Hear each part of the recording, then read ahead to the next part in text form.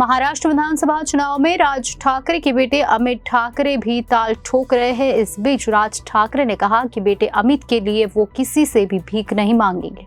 महाराष्ट्र विधानसभा चुनाव नजदीक है, ऐसे में सभी दल अपनी तैयारियों की आखिरी पड़ाव पर है। इस बीच महाराष्ट्र नवनिर्माण सेना यानी MNS के प्रमुख राज ठाकरे का बयान सामने आया। उन्होंने कहा कि वो अपने बेटे अमित ठाकरे की चुनाव में जीत के लिए किसी के सामने भीख नहीं मांगेंगे। गौरतलब है कि अमित ठाकरे माहिम विधानसभा सीट से चुनाव लड़ रहे हैं। राज ठाकरे ने और क्या कहा वो सुनिए। राज ठाकरे ने कहा कि अमित की जीत के लिए किसी के सामने भीख नहीं मांगूंगा, जो सामने आएगा उससे लड़ेंगे और अमित को चुनाव जरूर विजयी करवाएंगे।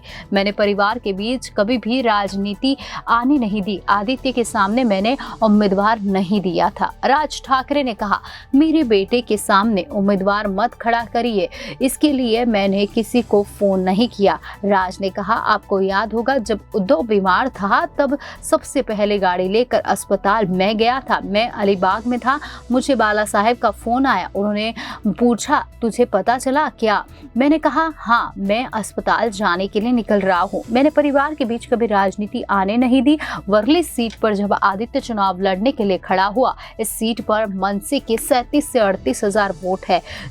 तब मैंने कहा कि पहली बार हमारे परिवार का सदस्य चुनाव लड़ रहा है, मैं वहां उम्मीदवार नहीं दूंगा, और ये मेरे मन से आई हुई बात थी। राज ने कहा कि मैंने किसी को फोन नहीं किया कि मैं मदद कर रहा हूँ, अगली बार आप मुझे संभाल लीजिए। ऐसे फालतू भीख में नहीं मांगता हूँ, मैं जितनी अच्छाई कर सकता हूँ वो मैंने की है। आज अमित जब चुनाव में लड़ा है तो मैं भीख नहीं मांगूंगा। पिछले लोकसभा चुनाव में मैंने इनको बिना शर्त समर्थन दिया था। उस वक्त मेरे मन में भी नहीं था कि अमित चुनाव लड़ेगा।